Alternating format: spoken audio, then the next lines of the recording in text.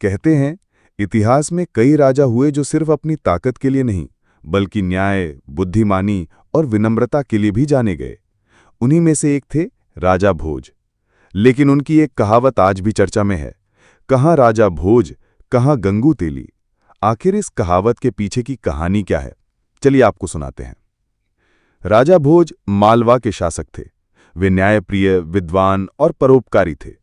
उनके दरबार में 8 महान विद्वान थे जिन्हें अष्टप्रधान कहा जाता था।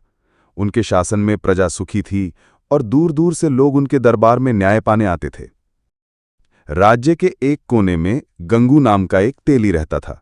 वो तेल बेचने का काम करता था। गंगू थोड़ा घमंडी था और अपनी छोटी सी दुकान को ही सबसे बड़ा साम्राज्य समझता था। उसके भीतर अजीब सा अहंकार था कि वो सबको मात दे सकता है।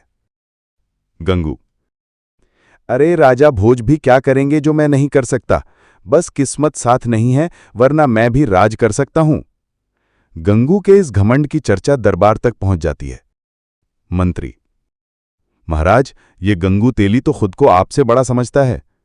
राजा भोज: तो क्यों ना इसे एक दिन के लिए राजा बना दिया जाए, ताकि यह खुद देख ले राज करना कितना कठिन है। राजा भोज आदेश देते हैं कि गंगू को एक दिन के लिए गद्दी पर बैठाया जाए। गंगू तेली राजा बनता है।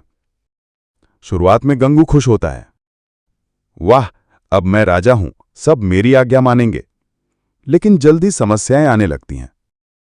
एक और सीमा पर दुश्मन हमला कर रहे हैं, दूसरी ओर किसानों की शिकायतें आ रही हैं। दरबार में न्याय के लिए लोग लाइन में खड़े हैं। गंगू उलझ जाता है। उसे समझ आता है कि शासन करना आसान नहीं है। गंगू: महाराज, मुझसे ये सब नहीं हो पाएगा। मैंने सोचा था राज करना मजेदार होगा, पर यह तो जिम्मेदारियों और कठिनाइयों से भरा है। राजा भोज: यही तो अंतर है गंगू। राजा बनने के लिए केवल सिंहासन नहीं, बल्कि दूरदृष्टि, न्याय बुद्धि और त्याग चाहिए।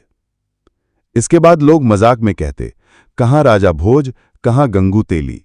यानी एक तरफ महान और योग्य व्यक्ति और दूसरी तरफ साधारण व्यक्ति जो उसकी बराबरी नहीं कर सकता। सीख यही है कि किसी के पद या जिम्मेदारी को छोटा मत समझो, क्योंकि उस पर बैठने के लिए मेहनत, समझ और त्याग चाहिए।